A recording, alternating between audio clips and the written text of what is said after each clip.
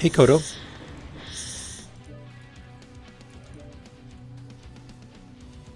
Welcome. I was going to start an hour ago. And I was searching for my disco ball animation and the other disco files for almost an hour. And I don't have them hooked up, but at least I found them. Crazy. It's not easy being a streamer. It's just not. I'm going to make a group. I'm going to assume you're going to come join me.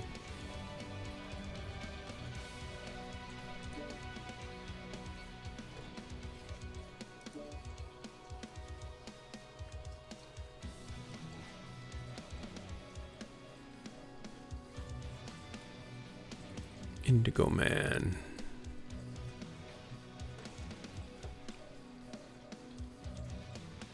You're probably not even there. I suppose I could do a drop.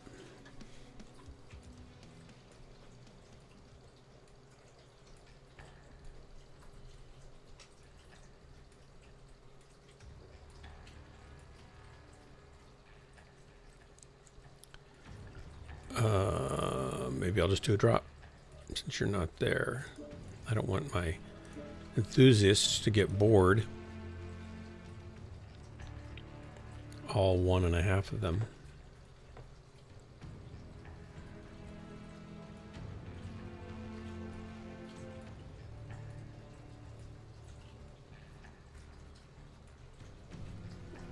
Okay.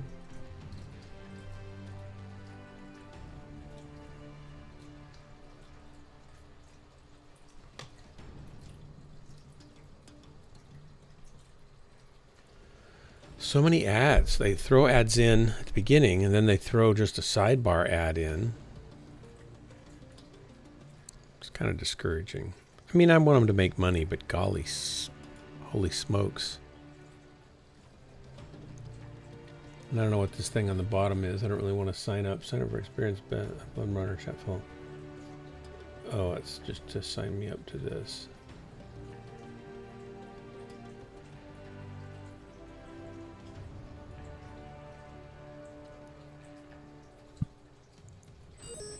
Yeah, I don't need that right now. I don't need that. I'm going to go Forest Colony. Skirmish. Frozen City Night might have been a good move too, actually. Could have done that.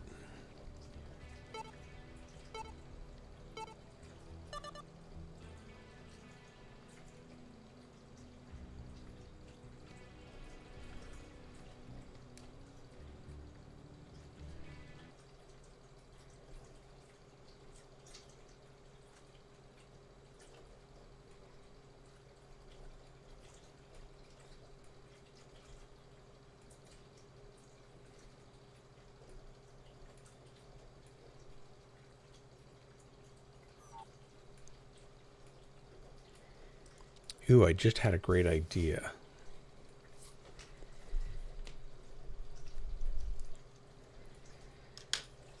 A great idea.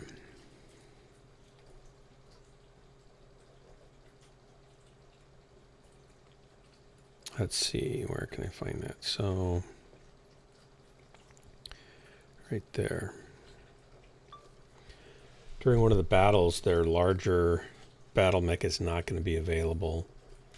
And so they jury-rig a radar return emitter. So it basically picks up the radar from the enemy and then returns reflections Sensors all across basically a wooden frame of a large mech that's moving on the back of a override check. Troop transport hover vehicle. And it gives the appearance on radar of a much larger mech than they actually have, and there's not even a mech there. Ghostlance. The Forging of Ghostlance. Don't forget your monster. Men and Oaths. Affirmative.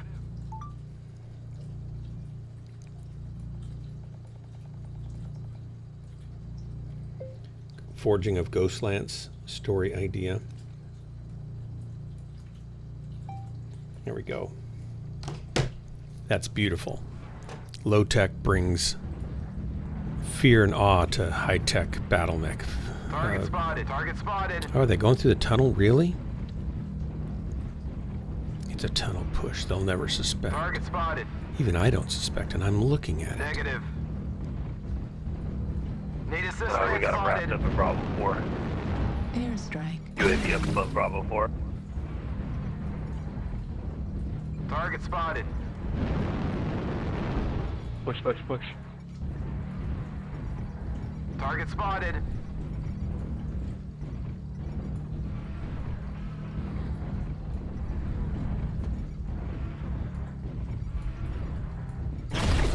Target acquired.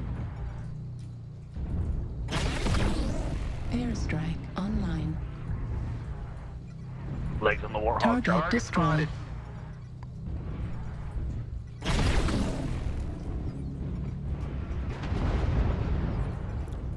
Target spotted.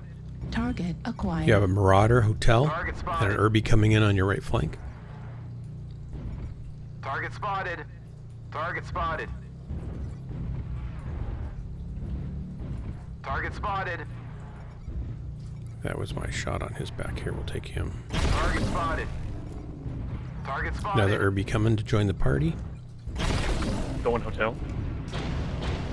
Target spotted.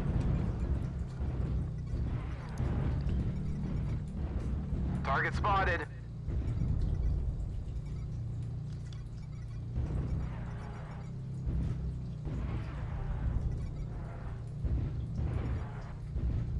Target destroyed. Target New spotted. target acquired. Target spotted. Light Mech C5 behind us. 25% of the enemies are eliminated. New target acquired. Target spotted. Target destroyed. Target spotted. Target Target acquired. spotted. Target destroyed. depleted. Keep pushing. Target spotted. Target acquired. Missed that.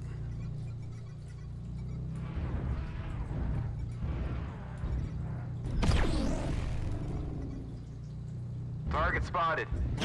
Target destroyed. He's dead. He's dead, Jim. Target spotted. Almost got them all. Clean up the survivors.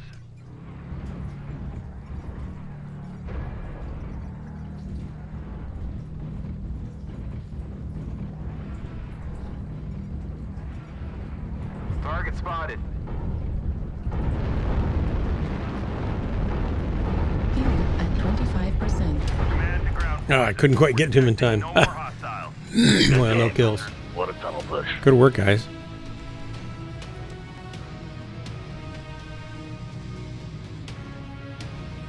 I didn't do a lot of damage. I did 369. I hardly took any damage. 30. Huh? Okay.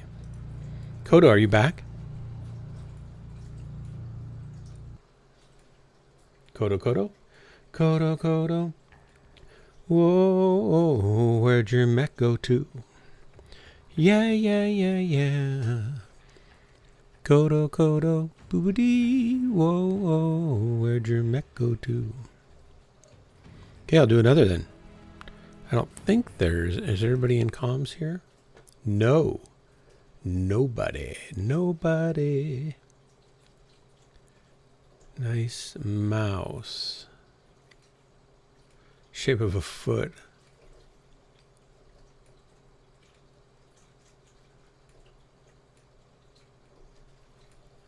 I noticed your leg in the photo. Yeah.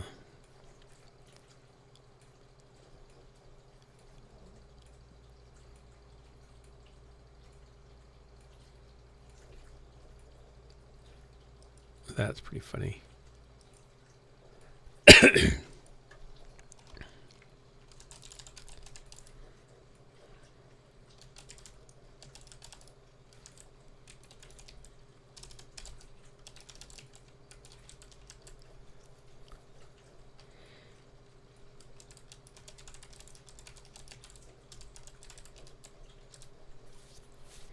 All right. Here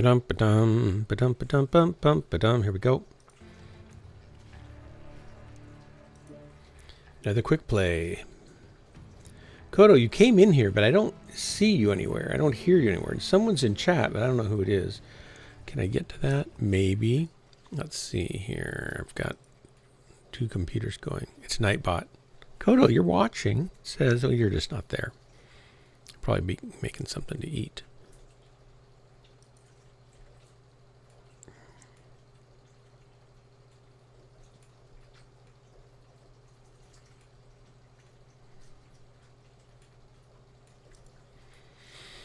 Oh, I should probably leave a message for Constantine here.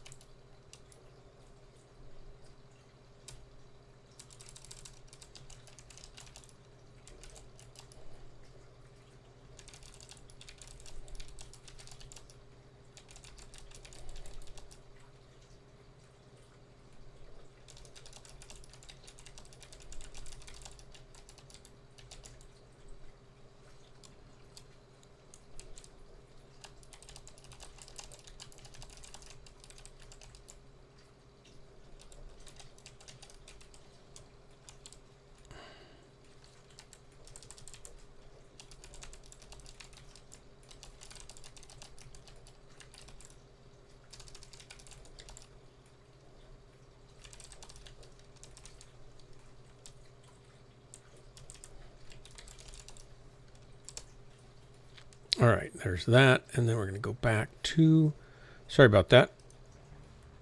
Still searching. Great, we didn't miss anything. So, do I have, let's try this. I tried to set up some more of these buttons the other day, and we'll give it a whirl. This is the, that's right, Ghost Marauder, voice of the pirate captain in Hired Steel 2 movie star. It works, so that's good. I got one thing working. I probably need to do a voiceover on that. I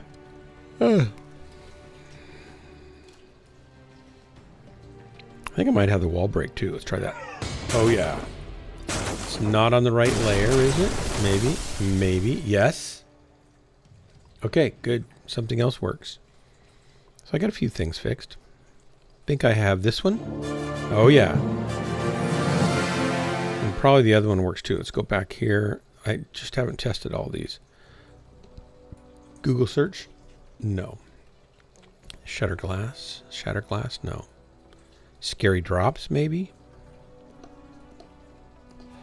Yes.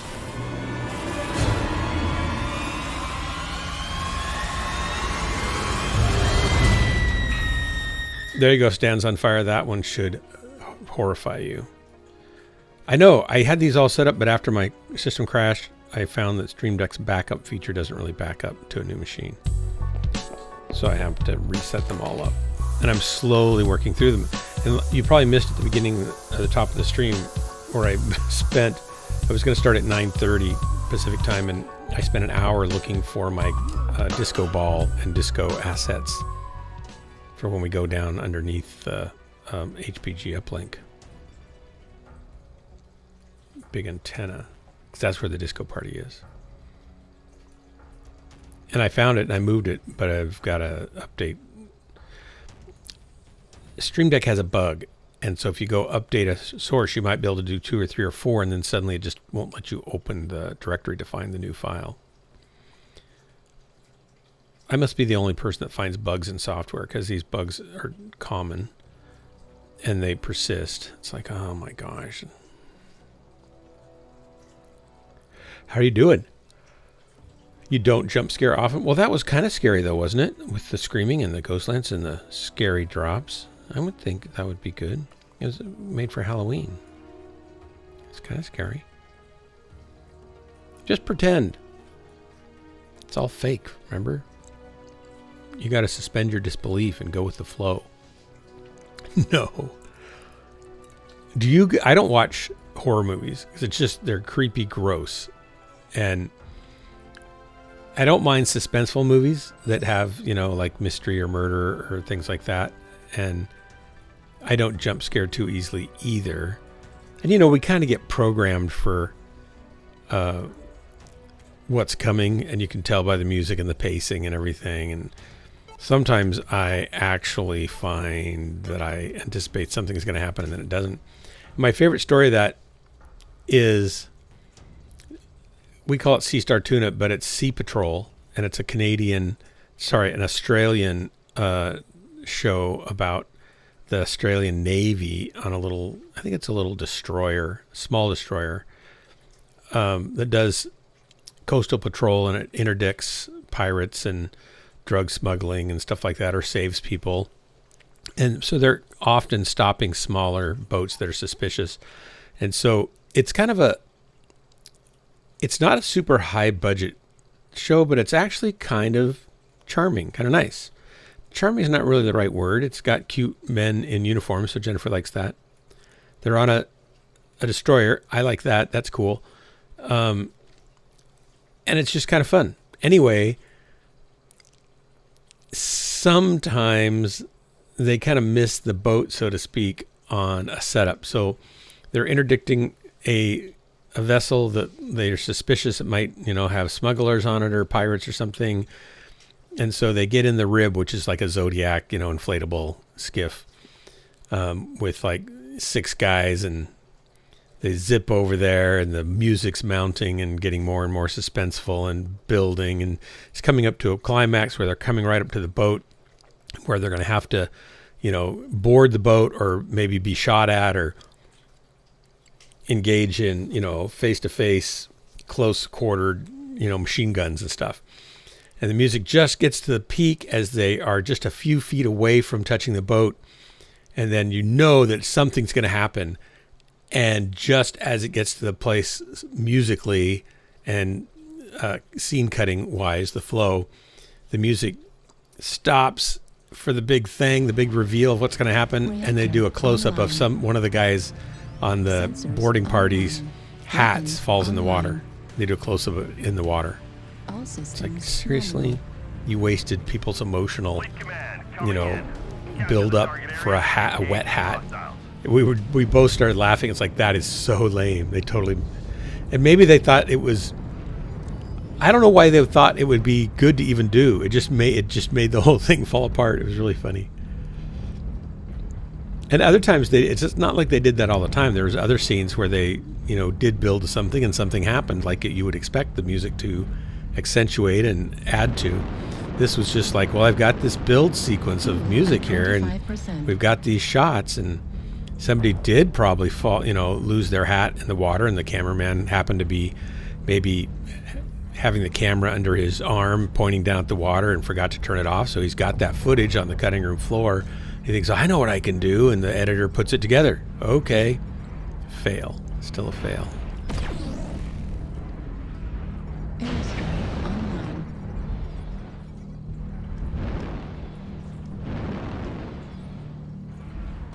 This is often a treacherous path. Only 1% damage, though. That's good.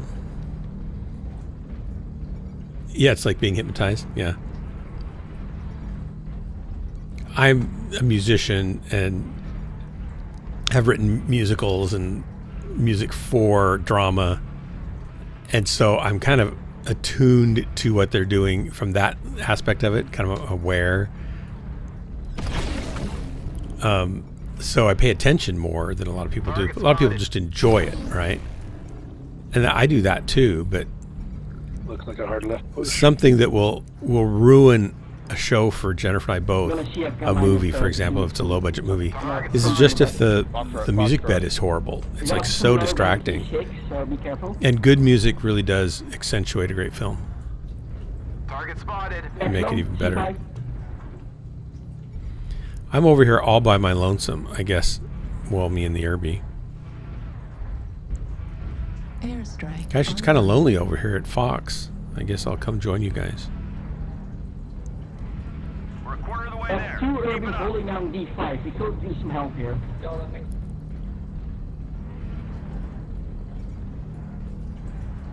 Target spotted.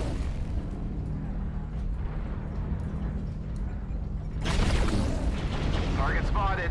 Okay, we can put D5 into D6 now. Need assistance. Target spotted. This little light's Should gonna have come got out the and one shoot me. they're all open D6. Your mic is distorted and fuzzy. Need Airstrike assistance. online. Ouch. Lovely. Okay. Target spotted.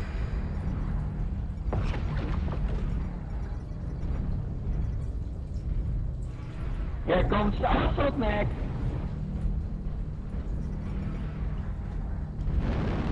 Hotel, hotel. Come on, get up, get up.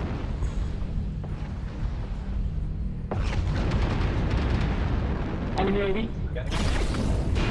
2.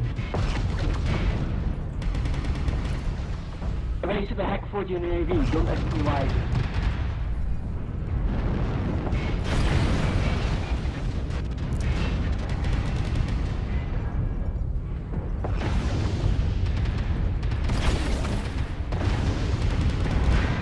Airstrike online.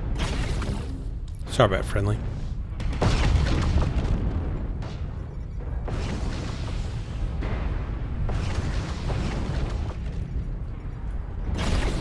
Yeah, it's some good fighting. Right arm critical damage. Ouch, you hurt my arm.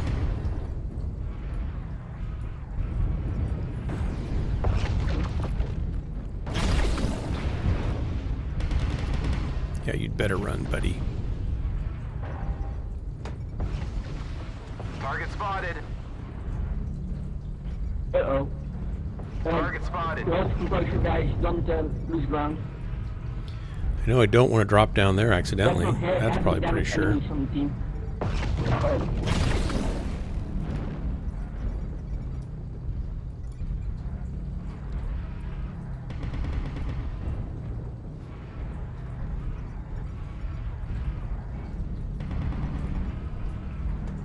SMG.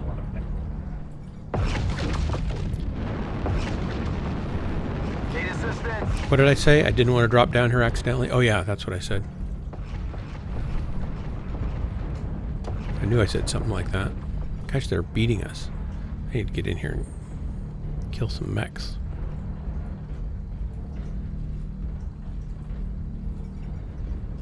Oh, you'll do, buddy. Ow. Destroyed. I needed that Laser arm. The destroyed. nerve. I'm not sure. Oh, Eighth did you tank guys... destroyed. Where are you? Oh, no. I've made a critical tactical error. Target acquired.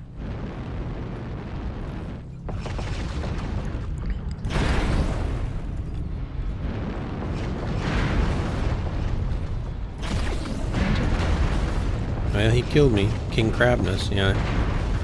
Almost 400 damage. So I did okay in damage, but not enough, certainly. Artillery strike online. They're shutting us down.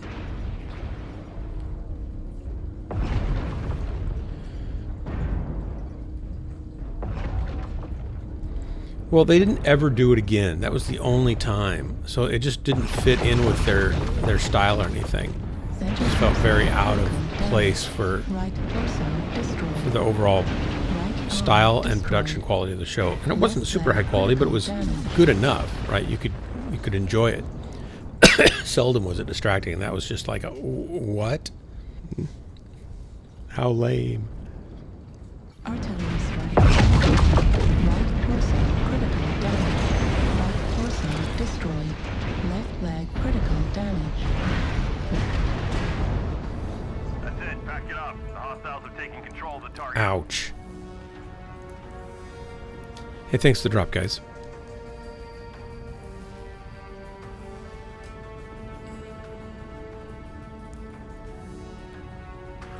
So it's not really like being hypnotized. Like studies years and years, 100 years ago. I don't know the exact date, but it was at least 100 years ago, probably. Okay, maybe 80, I don't know. Is they found that this is when there were silent movies, and they would have organ music playing or piano music playing in the theater to go along with the music, and you'd play the score and make it match as much as possible to the show, right? And they found that pipe organs, which can produce subsonic, meaning outside the range of human hearing, low frequencies that you can't hear, if they would play a 5 hertz low frequency sound out of a pipe organ, it would cause the whole theater, all the viewers, to get on edge and tense and build anticipation. So for scary movies or scenes that were going to be scary, they would play these subsonic frequencies that you could not hear, and it would get everybody on edge. Then they'd do the big jump scene or the scary thing. So psychoacoustics is a thing that you can use to affect the human emotions and even chemically alter their metabolic pathway, not the pathways, but hormones and stuff, the secretions of adrenaline and other stuff. And so that's just with one frequency. But with orchestration and harmonies and movement, tempo, pulse, beat, melody, all that kind of stuff, you can do a lot with music to accentuate. Steven Spielberg said that that 50%. I'm going to get this quote wrong. Darn it. I think he says 50% of a movie is the visuals, and the other 100% is the audio. That's including the soundtrack and the sound effects and the ambient sounds and stuff like that. So to him, the audio bed is as important, or maybe more so, than just the pure footage. And he's a master of cinematic layout and scene setup and composition and stuff. So when he puts that much more weight even on what you hear, it's a good lesson to learn.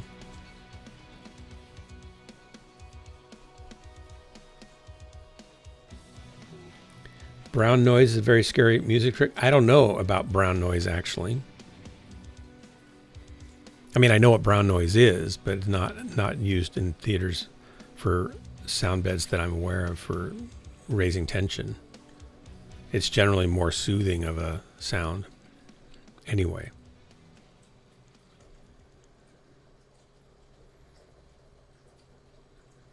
Yeah, if you meant to build anticipation, then you spoil it. Once you realize it, if you do realize it, yeah, you don't want to repeat that. I mean, if you're doing it it would be a thing like a Leslie Nielsen, like the Naked Gun and the Airplane movies, just really kind of really dumb humor that still's funny because it's so dumb. It would be a thing he would do. So for a comedy thing, it'd be great. Well, no one's dropping with me. This is terrible. I don't know where Coda went. He came in and kind of teased that he's going to be here, and he's in chat as watching the stream, but I think he's probably watching a movie somewhere. That's okay. I got Stands on Fire, some other secret lurker. Let's see if we can see. We'll do the reveal here. I won't necessarily reveal the lurking. No, the third member of the trio here is Nightbot. So there's that. Nightbot's one of my most ardent supporters and fans. Thank you, Nightbot. Wish I knew who you really were. I blame the schools. Well, yeah. I can't really blame the schools for brown noise.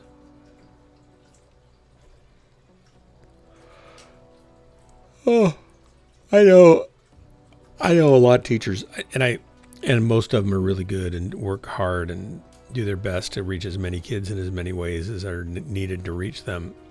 And I have a lot of respect for that profession. I think the part of the problem is more so that we've lowered the standards, not held them.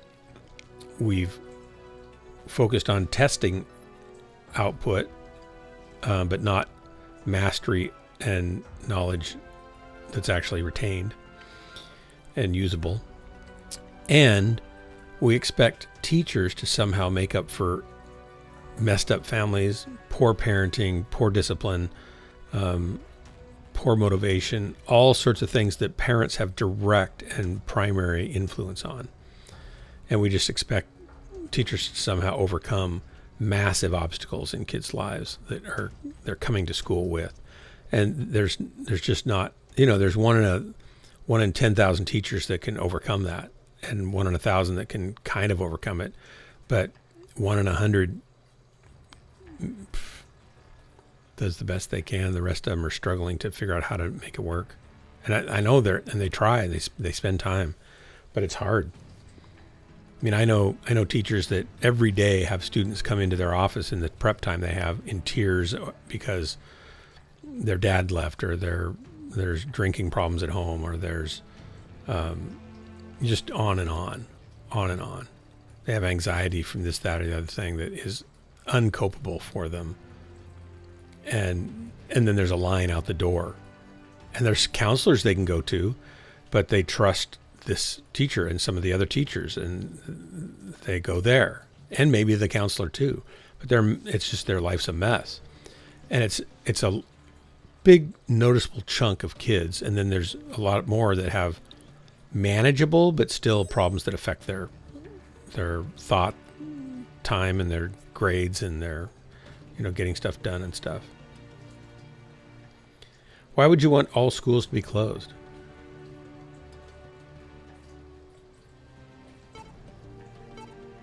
I think education is super important.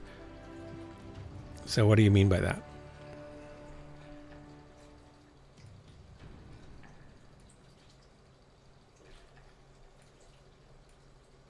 Because they're abuse factories.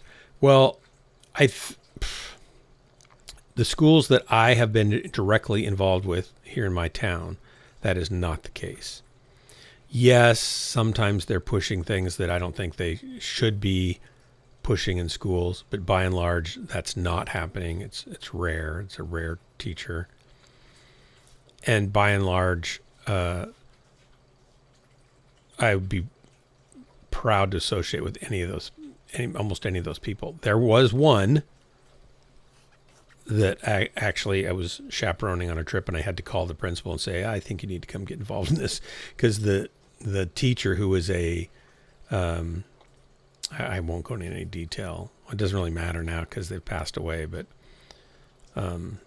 it was not good, and they were not a good influence. And they had a great heart. It's like they wanted to be a good influence, but they were not clear on what's appropriate or inappropriate between students and teachers, or what things are appropriate or inappropriate to even talk about between students and teachers, what vocabulary is appropriate or inappropriate, what situations to be in are appropriate or inappropriate. And they seem to err on the side of inappropriate way too often. And the principal had to come and send them home, and then they stayed and helped chaperone the rest of the trip.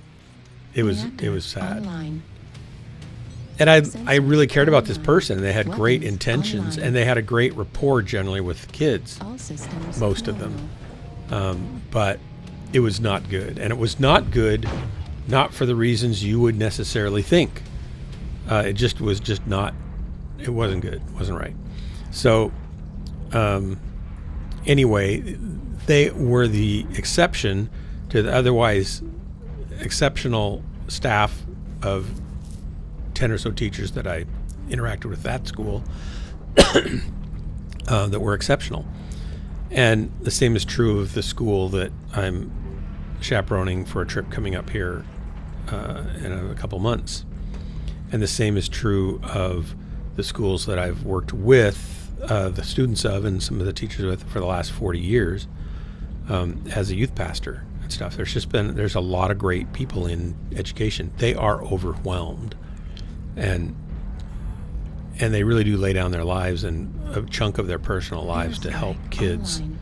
So, I don't buy into the narrative or the idea that they're the problem. Not very Yes, clear. they occasionally can be a problem, but Y'all probably went. And maybe before. some of the Yeah, top-down administrative rules and stuff that are put on them might be the problem, certainly. But I don't really blame teachers for much of this stuff. And I'm pretty conservative, so I'm not for a lot of the stuff that super liberal teachers might try to slide in, behind the parents' backs in their kids' lives and stuff. That I'm not for. However, that's just rare. Sorry. I hope he got a good face for it. The mech, not you. Oh my cap 4. Well, parents, that it really comes down to parents raising their kids. That's really where it comes down to, instead of advocating that. Ouch.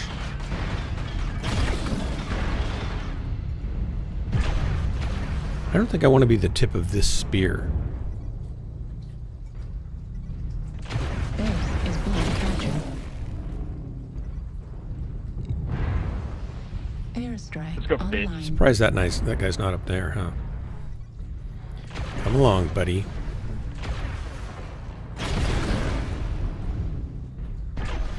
Target acquired. Base is being captured. Sorry.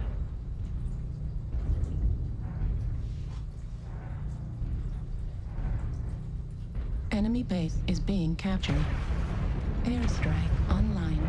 Base is being captured. Target spotted. Target spotted.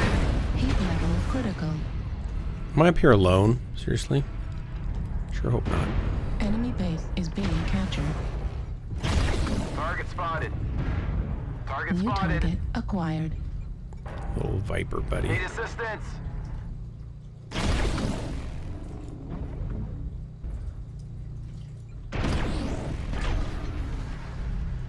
Target spotted. Base is being captured.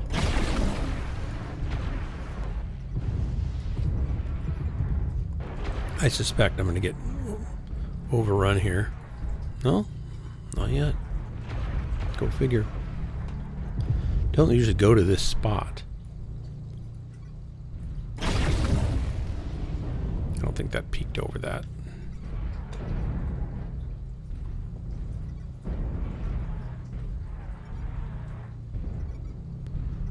Where'd they go now? Target spotted.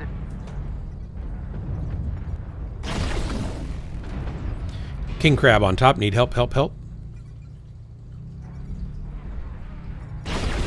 Target acquired.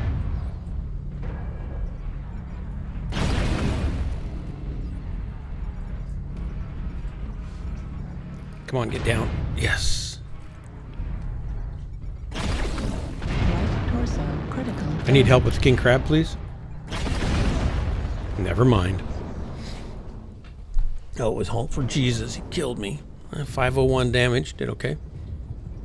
Hope I did some damage to his little front there.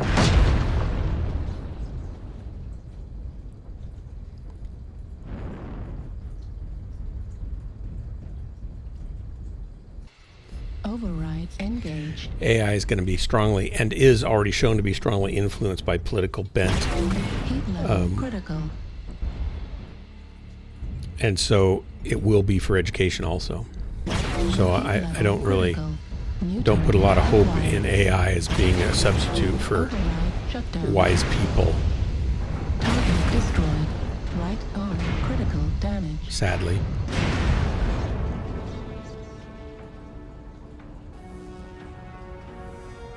That chain killed the bloody lava.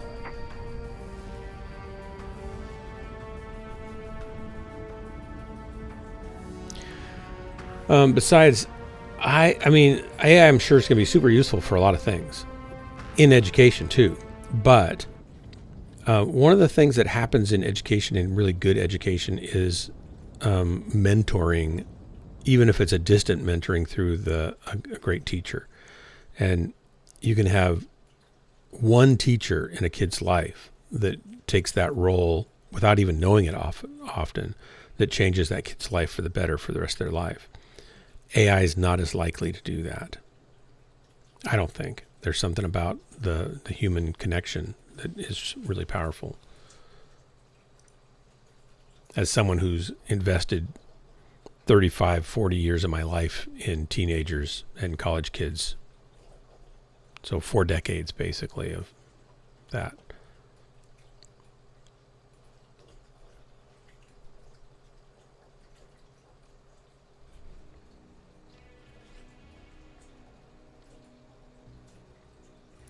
Right, it is being developed by partisans. That's true. It's not that they think of themselves as being partisan either. That's the problem, is they're not even aware of their own, bias.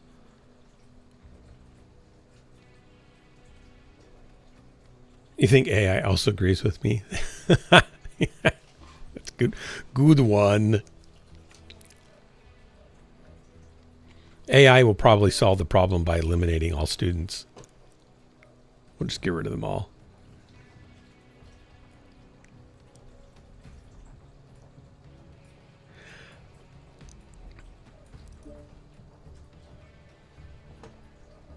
Well, the creativity of AI,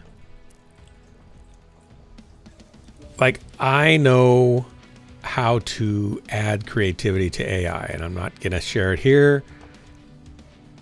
I know how to, like, for example, I know how to teach a photographer how to think of and create an image that no one's ever thought of before.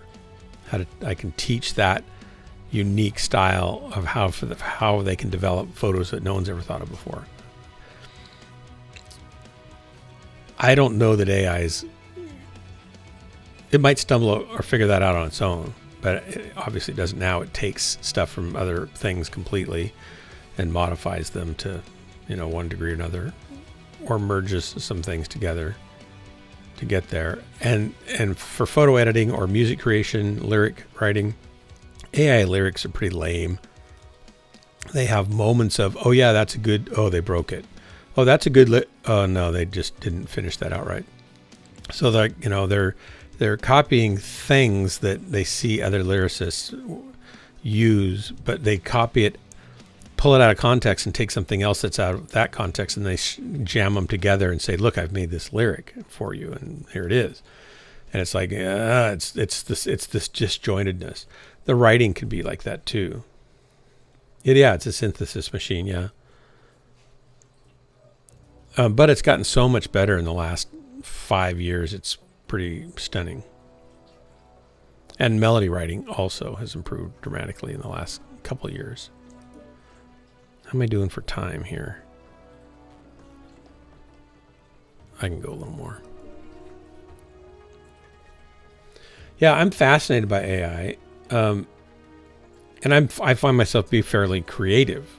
I've written 2 musicals. Jennifer and I have written about 60 songs. We've published a bunch of children's choral octavos and written about 30 worship songs for churches and some pop type stuff, and written stuff with other people and with Jessica. And then I've started writing, but I don't know if I'll ever get to finish 5 different books. So I've 750 pages in one, and halfway through one that's about 200 pages long already. And I've got another 175 that are very roughed out that I need to go through and kind of clean up. So it might be 300 pages or 400 pages by the time it's done. Then I'll need to cut it down probably. I've got one that's just probably a couple weeks from being done. That's just on vocal scat, how to do jazz improvisation and stuff. And I could probably finish it in a couple weeks or a week. And it's like 100 pages now. It needs another 20 pages and it'd be done. And I don't have the time. I get 10 or 15 minutes and it's like, oh, I got to fight this fire. I don't have my computer all put together. I mean, it's put together, but I don't have all my data pulled back together yet from 2-3 different machines. And I'm still having hardware issues with my Thunderbolt port. Looks like it's bad on the motherboard. So then, or as soon as I start getting into something, Effie rings the bell. So you just can't get anything done. So I don't know that if I'll ever, until maybe when she passes away, I'll be able to set aside, a couple days a week and start digging in on that stuff again. I'd really love to finish at least one of the 5, right? That would be nice.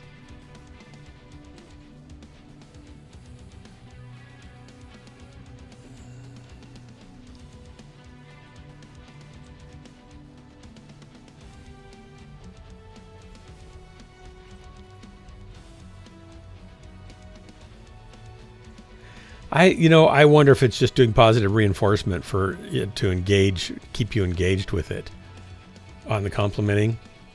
You know what I mean?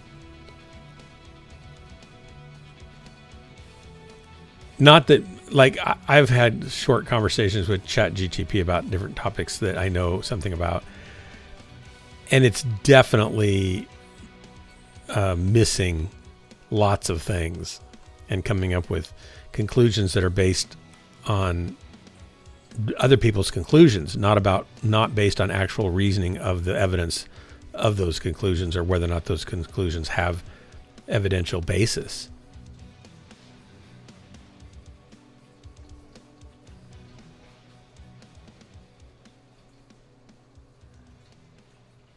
You might be super logical. A lot of people, like I used to think I was a logical thinker, and I suppose I can think logically, but I worked with somebody who does think very, very logically, and he showed me that I'm really very intuitive and not so much, A to B logic type, this, thus, then that.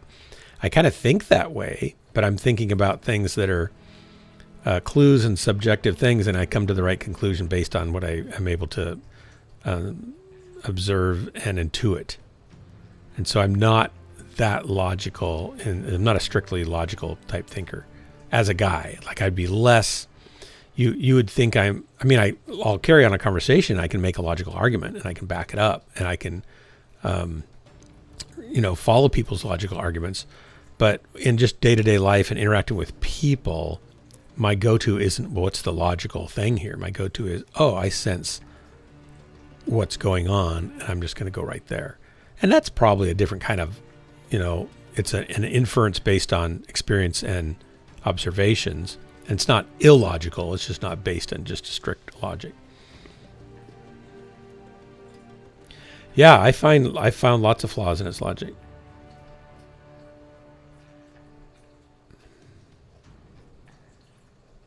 And then if you point it out, if it is decent, it'll say, yeah, you're right. That's a problem, right?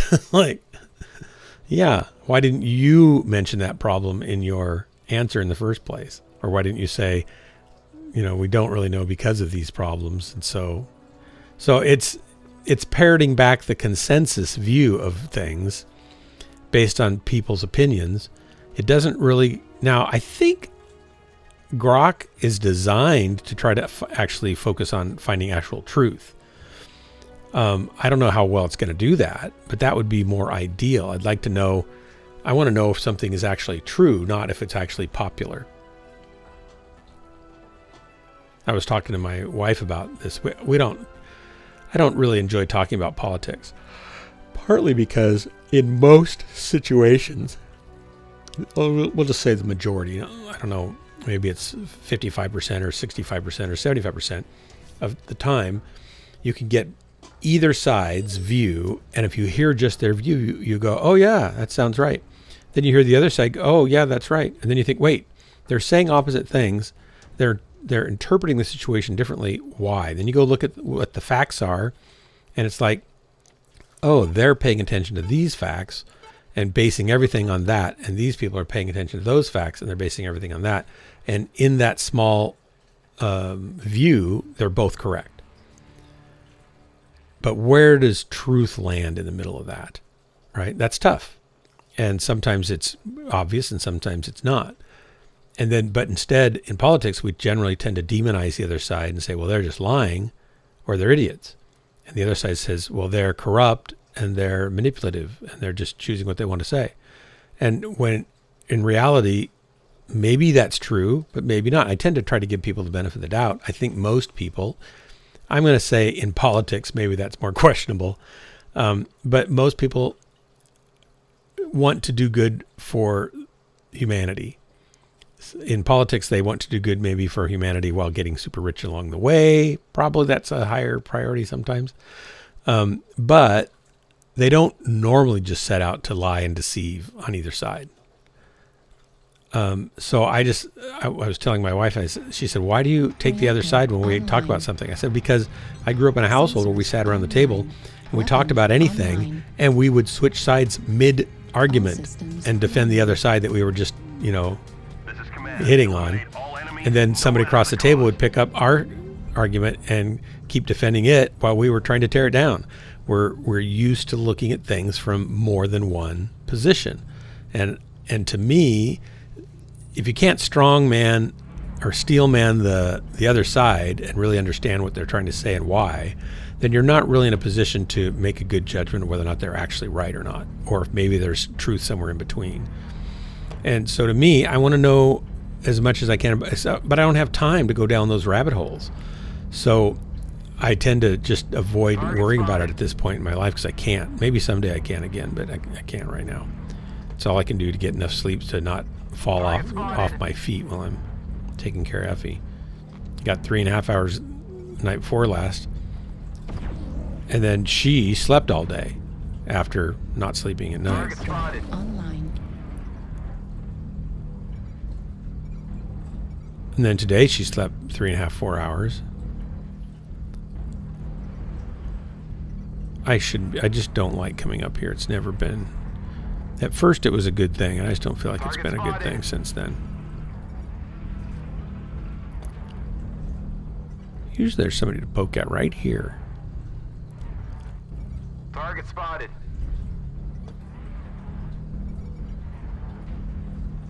Target spotted. Target spotted. Oh, can't quite clear that. I guess I gotta let them come to me. Come to me. Here you go. Here you go. Target acquired.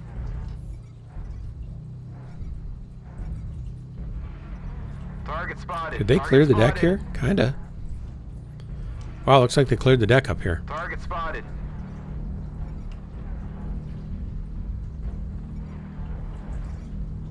Target spotted.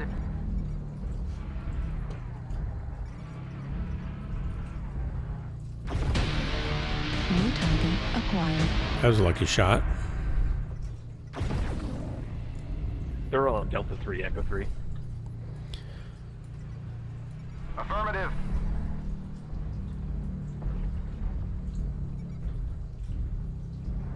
Target spotted. Target spotted. Target spotted. Target acquired. Target destroyed. Ouch. Airstrike Target spotted. online. Fleet Alpha flag open. Target spotted. Warning, Ouch. incoming missile. Ouch. Target spotted.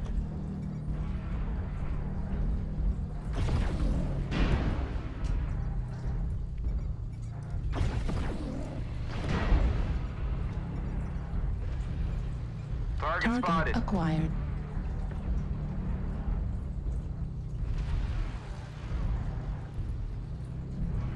%25 of the enemies are eliminated. Airstrike online. Need assistance. Target spotted. Target spotted. Target spotted.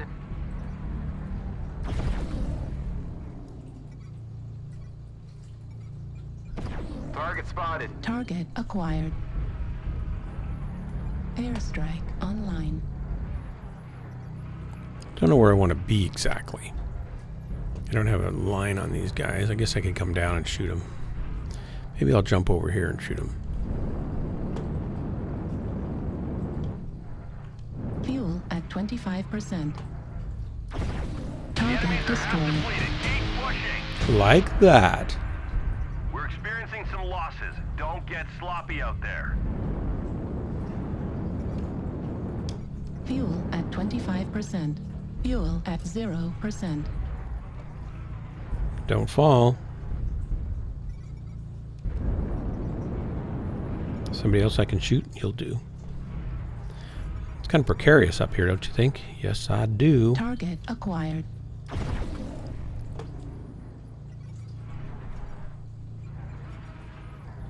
I can get down over there. Oh yeah, blackjack, buddy.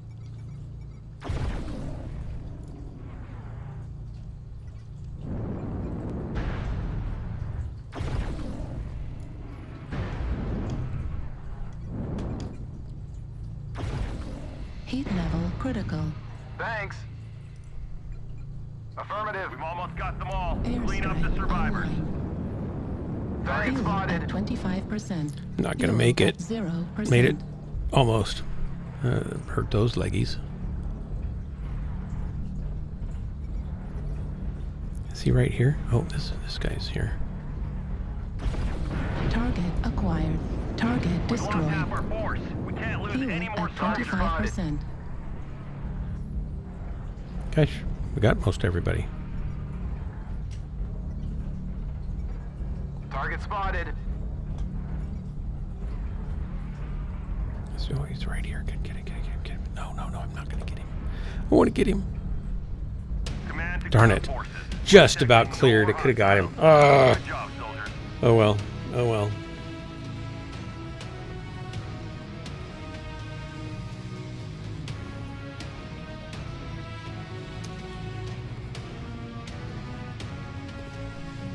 $3,792 kills. I'm going to take that.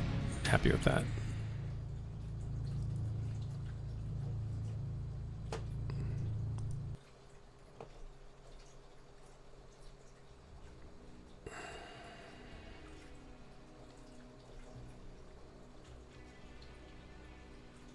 What's funny is if you prove to it that it's massively biased, that does not change its answer the next time when somebody asks. It goes and does the same search again, right? It doesn't really learn from its bias. And that's a dangerous thing. That's like a human thing. Yeah. So until we get an eye of it, and I think we're developing this, like you've seen probably some news or watched some of the stuff, announcements about AIs that are actually coming up with scientific theories and tests to verify them, which is great. Like stuff that nobody has thought about. Oh, why don't we test for that? That might be true, and it turns out to be the case. That's great. That's like AlphaFold, to be able to fold proteins. I think that's amazing and great. However, I have much less expectation of it being able to solve many protein fold problems, because many protein folds that are used in life don't naturally fold into the shape that they would naturally fold into. They need helper proteins that fold them in different ways in order to make them the right shape to do the job that they do in biology. And so it's not just predicting how they will fold naturally. And you can't predict how it'll fold unnaturally unless you know what the helper protein is that has to be there to make it fold the other way. And I don't think they're even considering that yet when they're doing the training for AlphaFold. Or you'd have to predict, then you'd have to start looking for every possible fold with possible helper proteins that may or may not exist in getting that protein to take the shape you need it to be and have the functionality that you need it to have. That's an even far more complicated problem, because now it's not just simple physics, it's physics plus choice, physics plus purpose. And that's going to be tougher. Yeah, they're not solved. Simple default ones that are generically going to fold are 90% solved or 95% solved or something like that. Yeah, AlphaFold, that's what it's called. But what I'm saying is they're not going to be able to solve with that accuracy. That only takes into account if I have a certain amino acid sequence, it will fold this way, all things left alone, naturally. But there are many, many proteins in life that's not enough. They have to be folded or added with other proteins that are folded in a certain way, but they have to be folded in a specific way that they don't naturally fold. They have to be helped. So there's extra proteins. They just need to refine it. But what I think you're missing my point. What are they going to refine it to? They're going to refine it to what? Guess what the helper proteins need to be? Because it's not going to fold that way without the helper protein. And it only folds that. So in nature, they don't come about automatically. AlphaFold solves automatic physics, chemistry-based folding. It doesn't, that's like saying, well, we now know that an iron alloy composed of certain elements and traces of, zinc or whatever other element you want to put in it, copper or whatever, will create such and such of a strength and elasticity and stuff like that. And now we've solved how to make a train engine. It's that big of a leap.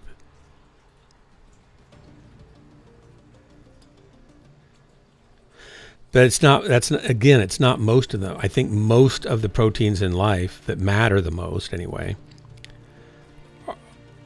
are complex shapes that don't form on their own just by themselves. They need helper proteins. I don't know if it's most, but a good chunk of them. A large enough chunk that without them life wouldn't happen, wouldn't work. Anyway, to me that's a really fascinating field of AI research. And we were talking about maybe humans never being able to solve it. So the fact that AI has solved it to 95%, I don't know what their current rate. Let me look that up because I'm probably done streaming here. We can take a pause. We'll take a beat. And I'll look it up. Accuracy. AlphaFold.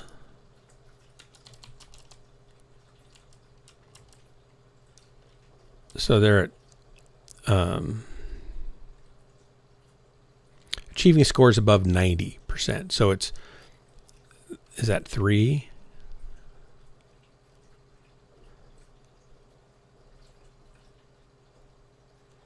%95 confidence rate. So they're getting it right about 95% of the time. But those are just default folds that the protein structure will just go into if left alone in a natural environment. And I don't know how long those folds go up to. Like an average protein size is 150 amino acids long. I don't know if it's working on that large of ones or not. Let's see.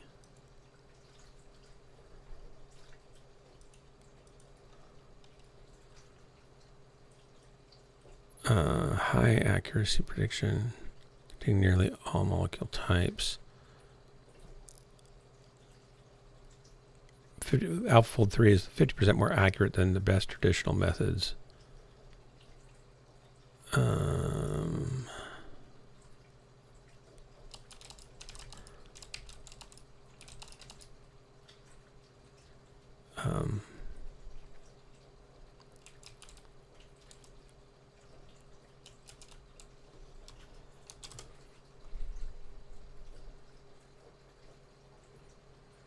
Nature magazine, higher protein structure prediction, AlphaFold.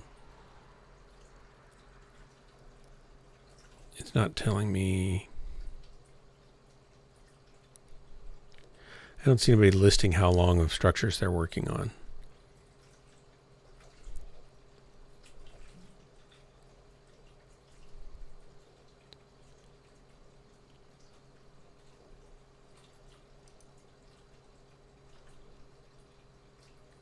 Yeah, I don't know. I don't see that.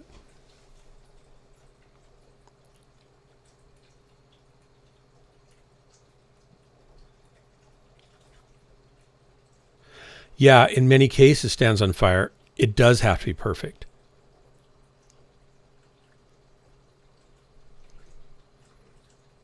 For life, not to just predict, okay, you could get a random fold and go, look, it's what it is. Well, that's fine. That may not even be used in life. But in biology, they have to be, in most cases, they have to be very, very precise in the folds.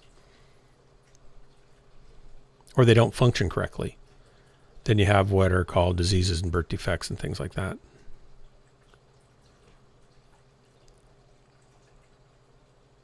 Yeah, I don't see where it's listing how long of folds they're working on or how long of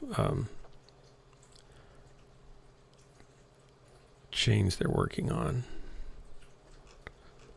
I'm not sure exactly how to search for that because I'm not a search master. They're using the protein data bank, so it can accurately model about 99% of molecular types in the protein data bank.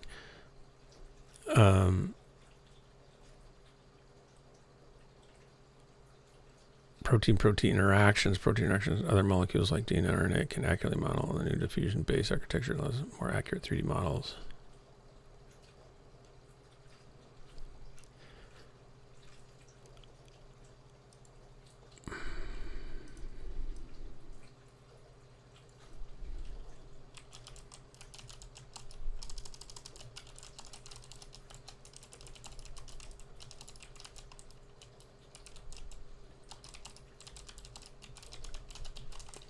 Check this. Maybe they've solved this too. I don't know. I haven't really paid attention to this for a year or so, a couple of years.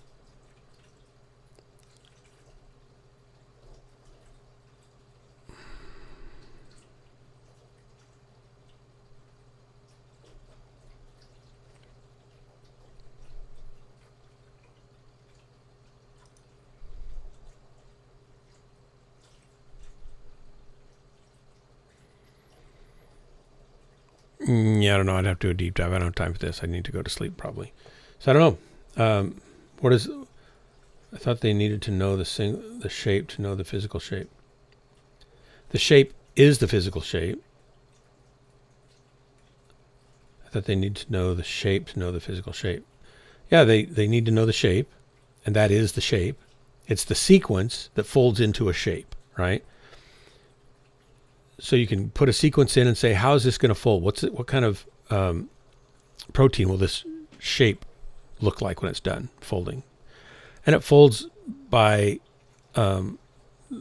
atomic force between the atoms and the adjoining atoms in the, I'm going to get things wrong here, the nomenclature, in the different amino acids, right? So if you got an A and a G next to another A and G, or a G and a T, a G and a T, then you're going to fold multiple ways. But if it's got an A or a C, it could fold other different multiple ways. And you're predicting as that chain gets longer with the Brownian motion, which is just vibration of heat energy of water molecules in the cell, it's going to jostle it around until it gets to a place where the forces of the atoms tend to stay, and then the other ones fold around that. And it's all kind of moving and jostling around. So random motion, the energy of the heat energy in the cell. That's why life has a difficulty functioning outside of a certain temperature range, because you get too cold, everything stops moving. And life requires this Brownian motion to have a lot of proteins fold.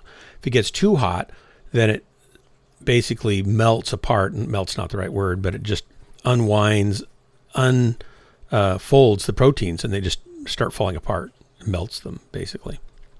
But within that range of where life can work, that Brownian motion fuels this jostling around.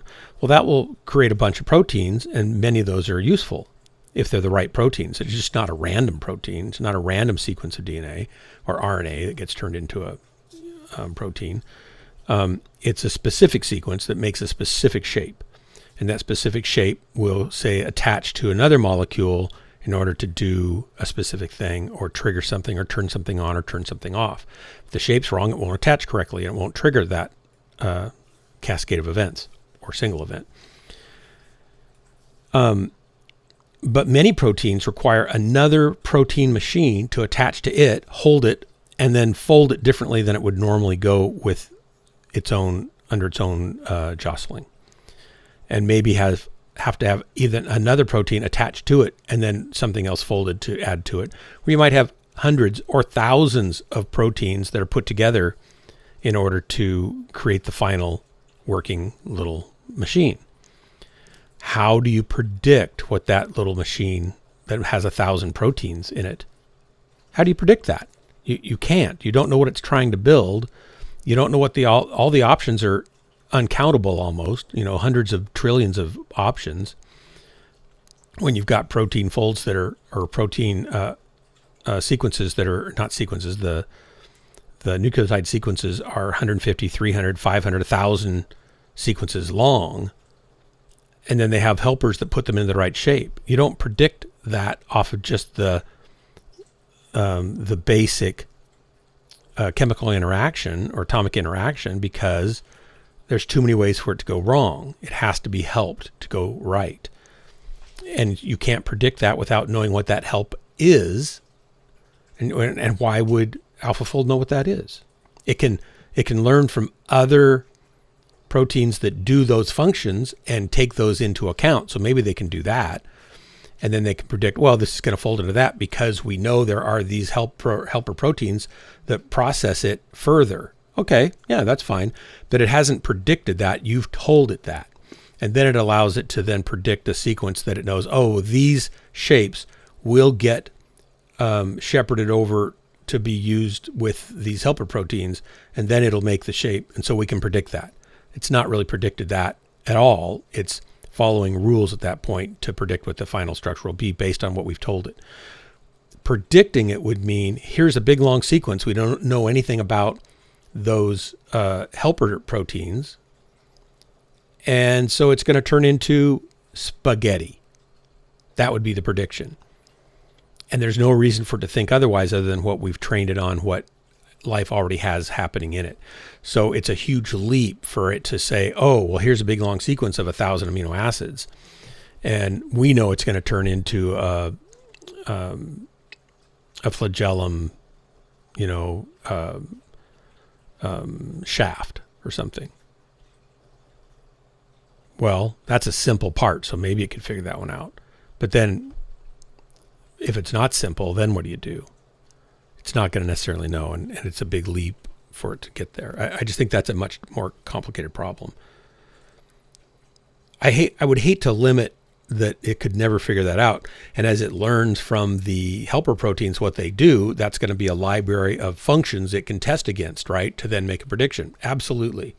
But it's not predicting outside of what we've told it about what those helper proteins do. Now, eventually, I think it'll get to the place where it will be able to look at a helper protein, compare it against all the existing proteins, and see, oh, well, this helper protein can work with that to make this. So I think it'll be able to do that too, because it'll be able to cross-reference, tens of thousands of different protein strands and helper protein functionality. And that's just like too much for us to handle in one brain, keeping all that together. And I think AI will excel at that kind of thing too. So that's cool. That's great. The fold, and the fold matters because the fold has function. The fold does something. A specific shape does a specific task. It's like saying if you make a key out of proteins and it goes into a lock, the lock has to be made so that it can receive the key and that the key works in the lock, and that other keys don't work. And it has to be able to be turned somehow, and then it has to do some result. So the receptor of the key and the tumbler mechanism, or it's obviously not a tumbler mechanism, but we're using the metaphor. The mechanism has to function to do something, and the key has to get into the lock somehow and trigger that to happen. It's an all interdependent system, and the shape of it within narrow constraints has to be right. And you can have some error, right? Like you can have DNA sequences that get mutated in locations that don't affect the fold of the protein. Fine, it doesn't hurt the protein. I suspect it might hurt other proteins if it happened in your DNA, because we can read DNA contiguously through a strip and make RNA and then turn that into a protein. But we can skip frame, go 5 sequences, we'll say, and then go 5 sequences and start, and go 5 sequences and start again, and build a different protein from that same strand of code. Or we could take the same strand of code and read it backwards and get different protein shapes. Each of those would have a unique and different function. So we have layers up to, I think they have found 4, maybe up to 6 layers of layered encoding of different working protein shapes. It's kind of like having a Rubik's Cube where every time you turn it, you get a different crossword puzzle answer, and it's a correct answer. And so if you read it top to bottom, bottom to top, left to right, right to left, diagonally, turn it, and then you get a different message. You can do it all again. It's multiple layered data, and that creates different functional proteins.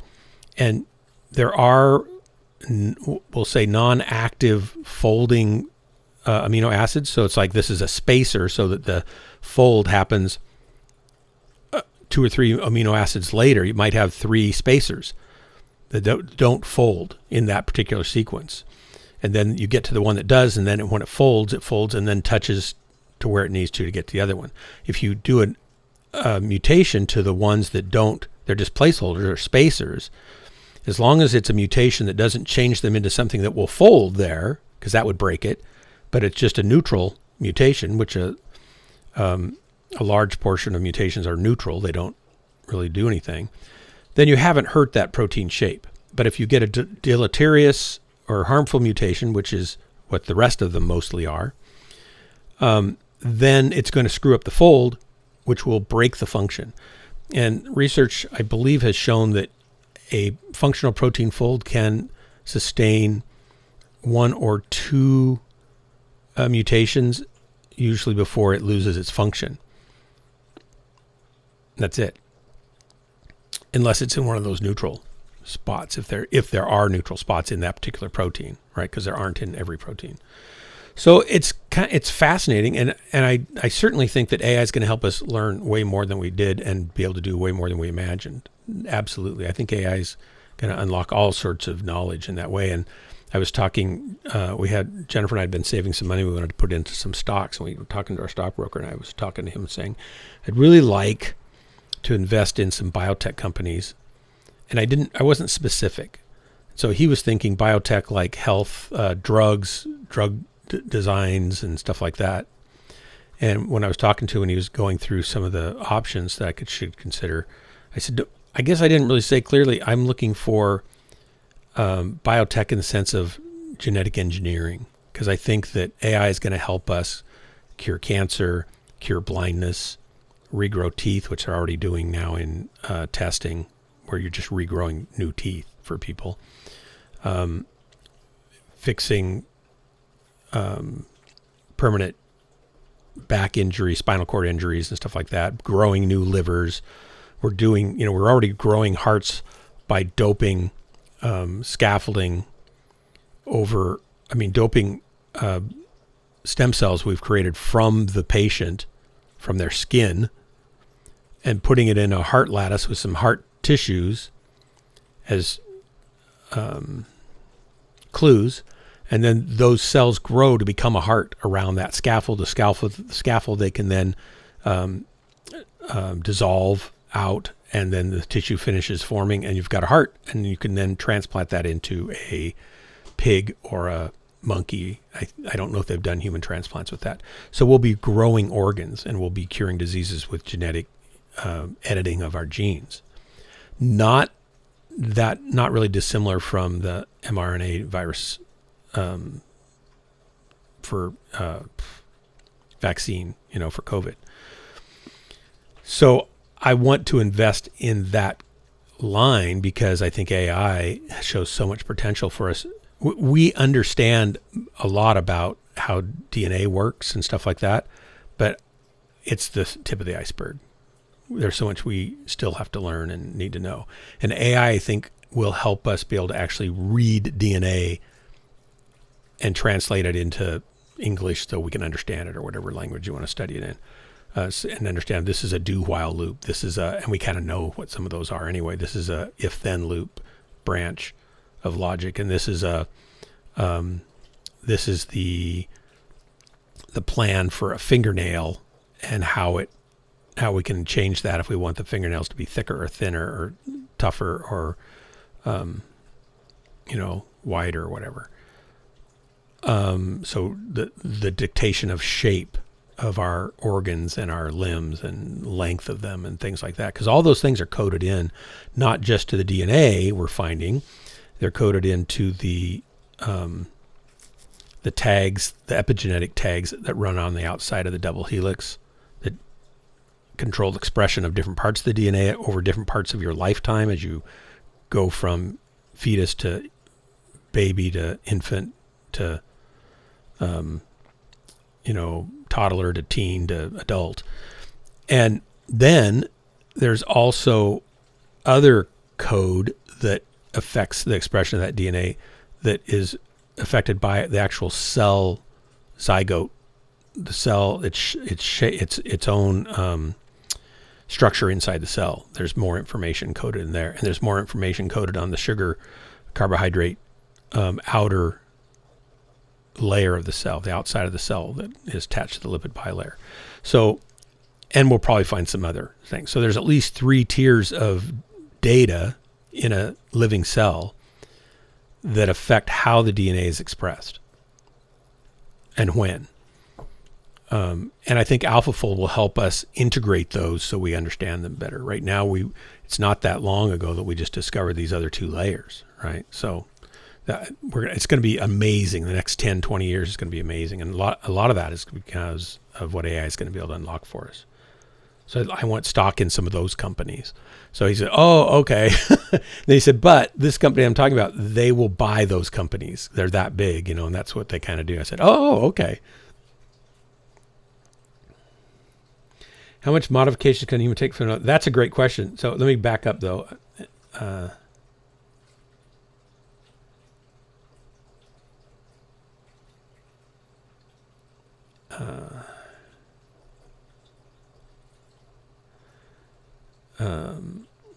My question is, how many modifications can a human take until they're no longer human? So, hey, Dave GT, welcome. I personally feel like we are generally optimal. That doesn't mean there can't be some minor improvements, but I think they will bring us back to where we probably were in the first place in most cases. And so they'll be fixing things like deterioration of our eyesight, getting it back to being good. I think they'll, within 5 to 10 years now, 20 max, I think they will have cracked not just extending our life, but rejuvenation also. So I'll be able to take gene therapy that will tell my cells to use the genetic code that it used when I was 27 at the prime of my physical life. And my body will get younger because of it. They're already experimenting that with rats, and they're starting to experiment with primates. And they can age rats artificially and make them old and gray and have arthritis and be not very bright. And then they can reverse that and make them young and healthy again. And they can take old rats that have naturally aged and reverse their age. And they'll be able to do that with humans.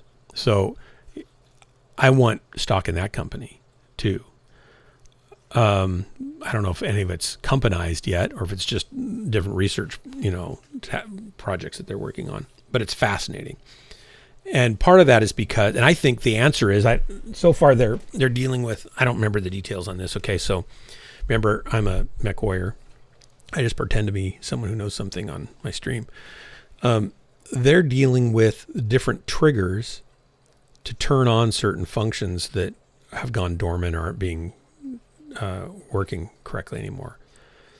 I think the answer for lowering our age is that in programming, and I'm not a programmer, but I know what a lot of this terminology means because I've worked with programmers for decades. Just-in-time compilers, for example, keep all the code that's necessary for a compile of a program handy and ready to go, so it can compile fast. And programs that use just-in-time retrieval will keep data in a cache, or they know it's going to likely need it, so it's easily and quickly attainable, or fetchable. So it's predicting what's going to be needed, and it makes it the easiest to get to. Our cells use just-in-time data retrieval also, and they do it by the protein. We talked about all these protein folds and do they matter. Here's an example on a macro level of why they matter. In the nucleus, where we keep all of our DNA and our genes, they fold up and then they twist up, and they twist up and twist up and fold up and twist up and twist up, and they get wrapped around histones and into this tight little bundle that then becomes a massive blob called a gene. And there's, or what are 27 genes or whatever all packed into the nucleus. Well, they can be arranged in such a way that certain genes, certain DNA sequences that you need during childhood development are on the top layer. And as you get older, it reforms, and the layers that were down deeper inside are then brought to the top. So they're just in time, ready to be used. And you're not having to constantly unfold and refold all of your genetic data. So our cell actually morphs. It's not just three-dimensionally packaged, right, into a ball in different shapes within that ball, but over time it changes its shape. So it's four-dimensional. It's X, Y, Z, and time. It changes over time. And so I believe, this is my prediction. We should probably stop the stream right now. My prediction is that the answer will be tied with making the data that we need to be young be on top again, basically. Of course, it's more complicated than that, but that's what I think they're going to have to find a way to do. And I think they will be able to do that. And AlphaFold's going to probably help them do that. There you go. There's your prediction. Get back to me in 10 years. Tell me if I was right, if I'm still alive, or if I've been rejuvenated and you can't recognize me because I'll have hair again.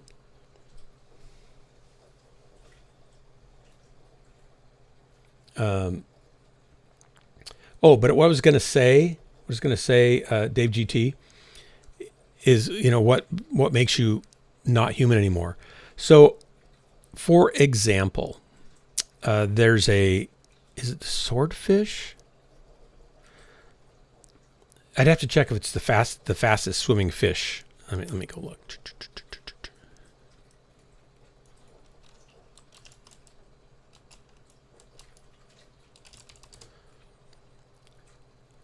Sailfish. It can swim up to 68, almost 70 miles per hour. Almost 70 miles an hour in water. Okay? And I believe this is the one. Might be a Merlin, but I believe this is the one that has a special circulatory system that keeps its brain from dying because it generates so much heat to do that. And so it cools the brain while it's swimming really fast. And it can't do it indefinitely, of course. A cheetah can swim at, I think, 65 miles, or swim. Can't swim that fast. A cheetah can sprint at 65 miles an hour. Okay?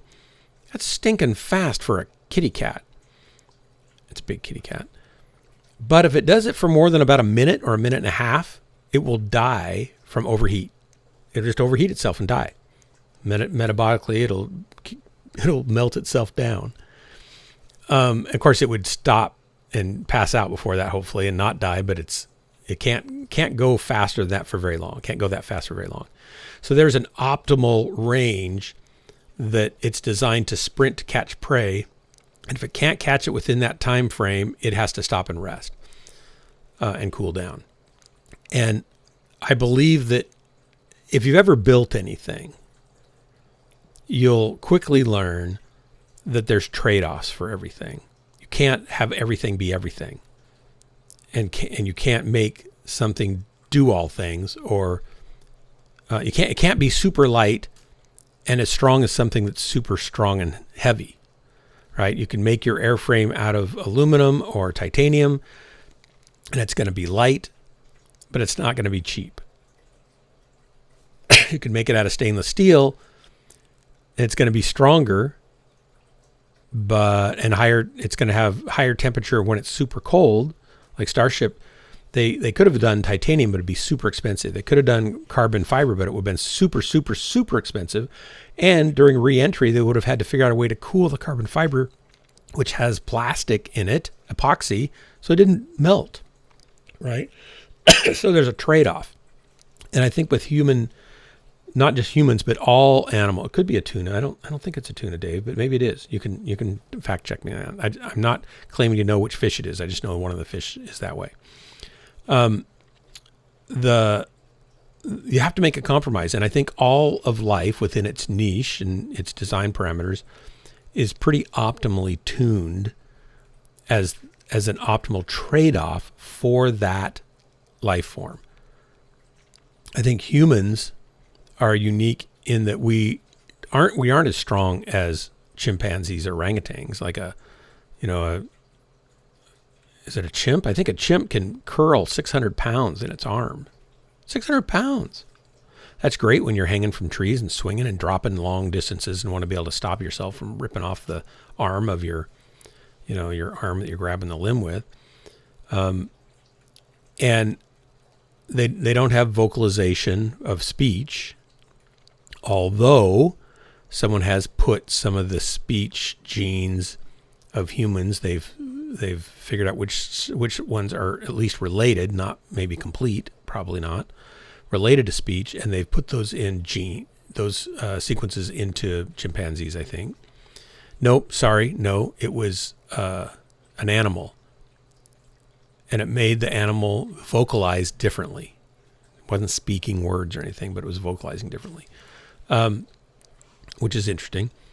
But anyway, they're optimized for their life. Humanity has, you'll hear people say, people have terrible eyesight. Their sight goes bad. They need glasses and stuff like that. And their eyes designed backwards, so that the light has to go through the blood cells, or through the retina backwards. Our retinas are, our rods and cones are backwards on the back of the eye, and an octopus or a squid octopus has them the correct way to be more efficient. So you don't have to go through a bunch of tissue in order to sense that light, that photon.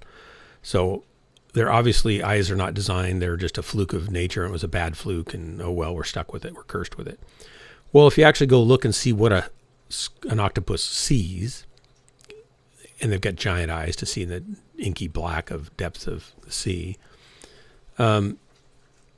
they can see really well in the low light, but their color variability, color sensitivity is really terrible. And I don't know that they can, their focal length, their focus ability is not as good. And what's interesting is it was in Scientific American about 3 or 4 years ago, I'm thinking, where they discovered, it was an article that say they discovered that the design of our retina with the cells on the wrong side of the light sensing side, being beneath the other side, there should be, I don't remember all the parts, was in fact not a deterrent to sight, because there were optical light pipes that shepherded the photons down through the tissue directly to the sensors, the photon sensors, and that those were right next to one of the most highly biologically active sites in our body, so that they got the optimal blood flow, so that we could see super bright things without burning the tissue, and we could see color much better, and we could not that we could see all colors better, because like certain animals can see up in the ultraviolet and we can't, but so that we can see color better in low light, and we have good low light vision, and not the best, but good low light vision and really good daylight vision, and a wide field of view that's really useful for what we do and optimal. And yes, you could look at an eagle that can see, like, it's 2200 vision. It can see a mouse from a quarter mile away in a field, but only in a very narrow spot of its vision. Our vision's smooth all the way across, and we get a hyper focused spot, right? And there's a dead spot that people complain about, but that dead spot gets processed out by our vision system, so we don't see the dead spot. It's just there mechanically. So it turns out that we have sophisticated light pipe technology that makes our eyes work super great. And why would nature even do that? Like, where does that come from? But in any case, my point is this, that an eagle's eyes seem to be optimized for the type of hunting that it does, and our eyes seem to be optimized for all the various wild and different things that we do. And you could give us genetically, you could take the code from an eagle, and assuming it's compatible, which in some cases it would not be, in some cases it might be, you could take that code and inject it, let's say hypothetically, into a human and give them a super magnified spot in their eyes. But I wouldn't want that, because it'd make everything else have this big blown up spot always where I'm always looking. So that's not optimal to me.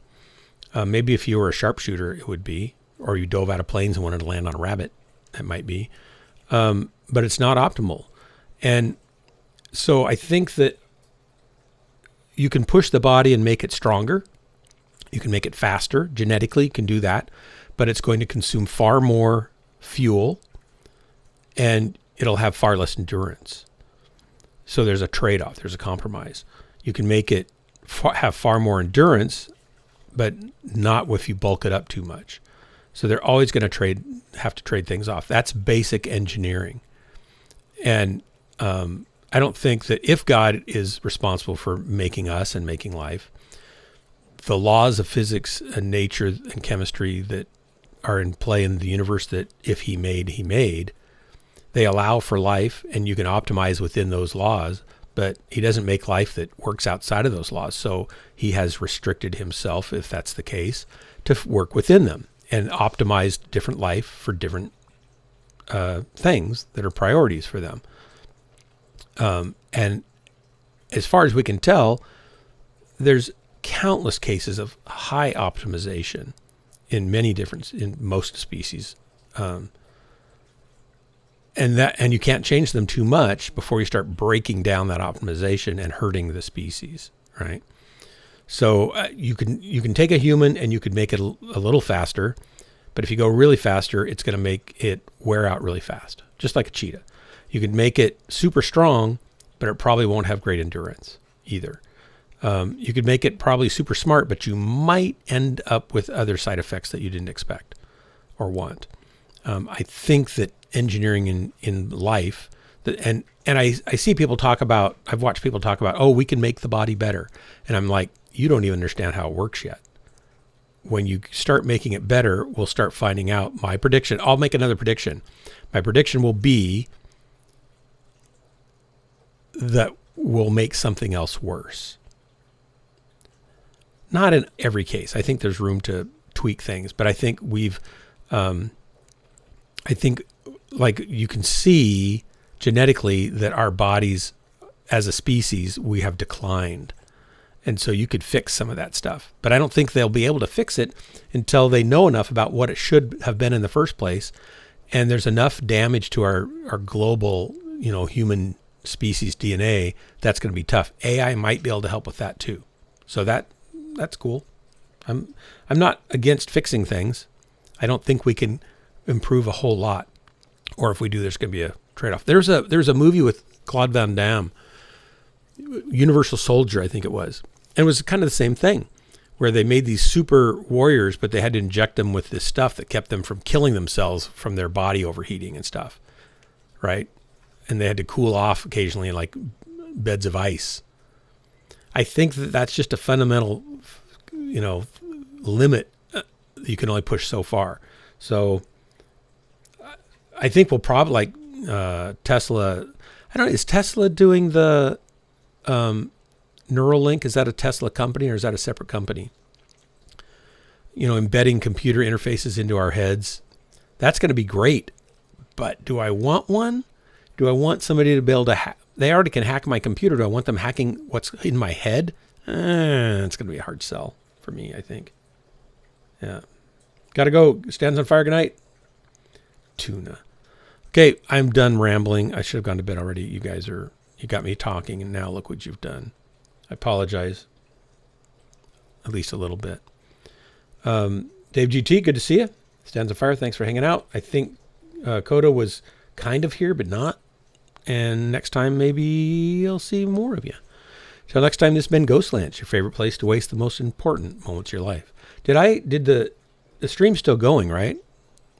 What's showing on the screen? Is my stream not going? I thought it was going. It is going, just not on this screen. Okay, great. Anyway, see you later, guys. I'm out of here.